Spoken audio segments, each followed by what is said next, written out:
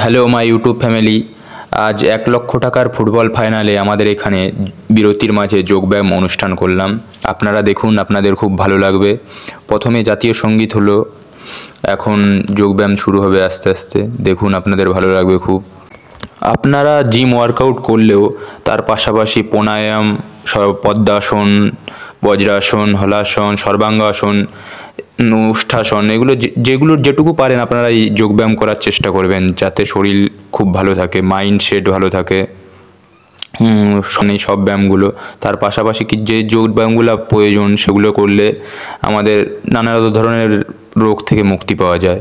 আমি যোগব্যায়াম করেছি এবং সেট করি নানা জায়গায়, আর করে নানা ধরনের রোগের থেকে মুক্তি পেয়েছি। জিমের পাশাপাশি প্রাণায়াম, নানা ধরনের যেই যোগব্যায়ামগুলো আমি আগে থেকেও পারতাম সেগুলো প্র্যাকটিস করি।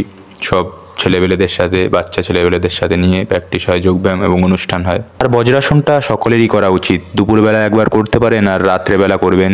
যারা 40 থেকে 45 বছরের এজের ব্যক্তিদের বেশিরভাগ হার্ট অ্যাটাক ইত্যাদি হয়ে থাকে, তাই বজ্রাসন করুন। রাত্রে তো হাঁটা চলা বেশিরভাগ হয় না, তাই বজ্রাসন করলে আপনাদের পায়ের যেই কাপ মাসেলটা আছে সেইখানে চাপ পড়েও রক্ত চলাচল বৃদ্ধি হয় ও হার্টে রক্তটা তাড়াতাড়ি পৌঁছাতে পারে। তাই আমাদের হার্টে রক্ত চলাচল ভালোভাবে করতে পারে, তাই আমাদের হার্ট অ্যাটাকের চান্সটা খুব কম থাকে। যারা 40 থেকে 50 বছরের এজে, তাদের অবশ্যই রাত্রে খাওয়ার পর ঘুমানোর আগে বজ্রাসন করা উচিত। রোগ থেকে মুক্তি পাওয়া যায়, যেটা আমি করে সত্যি দেখেছি, উপকার পেয়েছি।